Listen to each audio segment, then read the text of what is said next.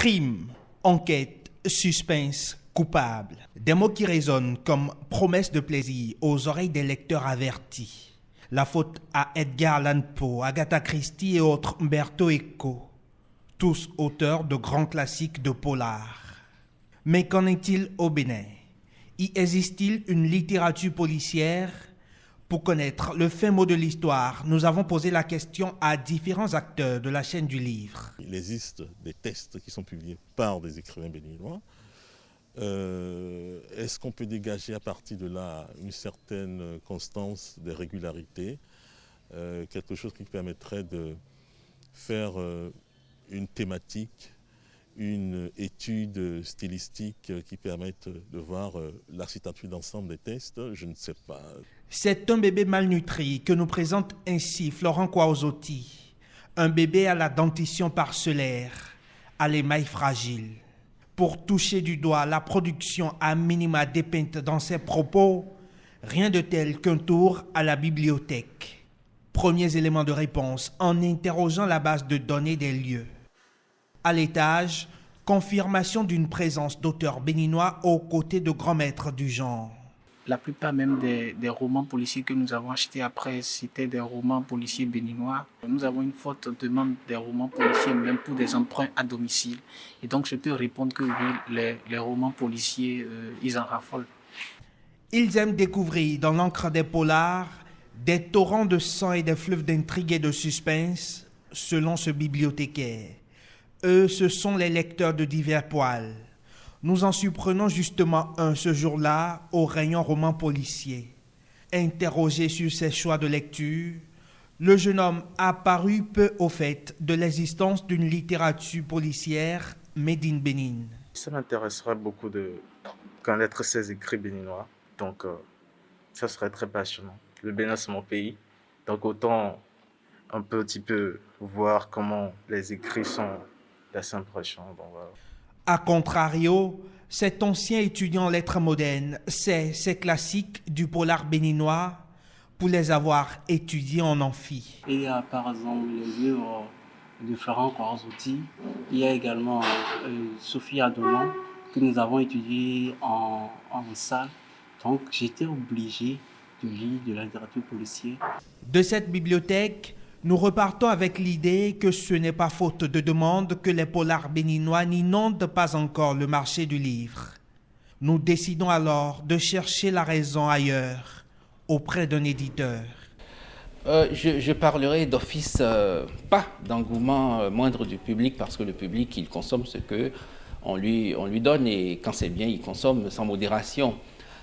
Je parlerai plutôt de ligne des auteurs qui n'est pas jusque-là pas orienté polar. Et là, c'est des choix. On ne peut pas en tenir rigueur aux auteurs de ne pas faire du polar, qui fait du polar qui veut.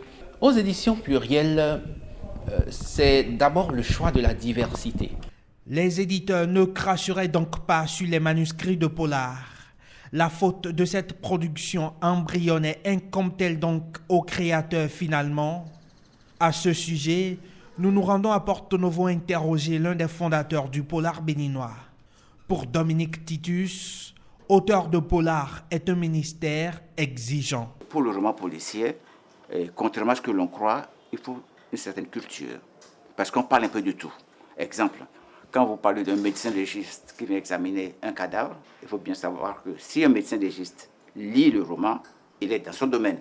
Donc si vous avez raconté, entre parenthèses, des conneries, le médecin légiste va dire celui-là, qu'est-ce que c'est que ça? Les codes du genre maîtrisés, ce n'est pourtant pas de la matière qui manquerait, selon Jacques Rouigbert, l'une des nouvelles plumes du polar béninois. Pour l'auteur de La danse des spectres, l'inspiration est partout, surtout sur son lieu de travail, pour ce greffier de profession. Les mobiles, souvent, je les connais. Pour avoir côtoyé beaucoup de criminels, et de par mon travail dans les cabinets d'instruction, je sais à peu près un peu la psychologie d'un criminel.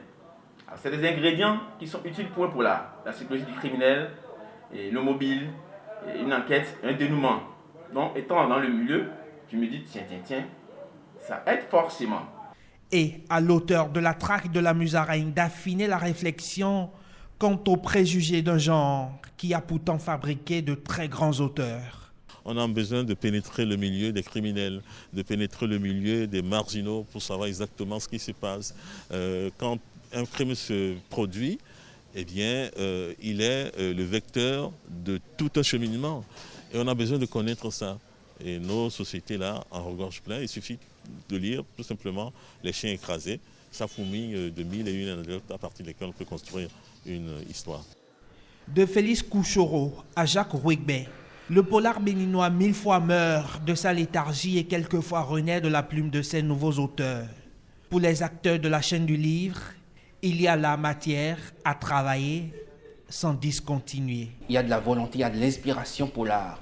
Bon, après, comment faire pour que, comme j'ai dit tout à l'heure, pour qu'il y ait de la beauté dans la création du polar. Il y a cette malice, cette tendance à pervertir l'esprit du lecteur, à le tromper et puis à le ramener à une réalité qui l'horrifie.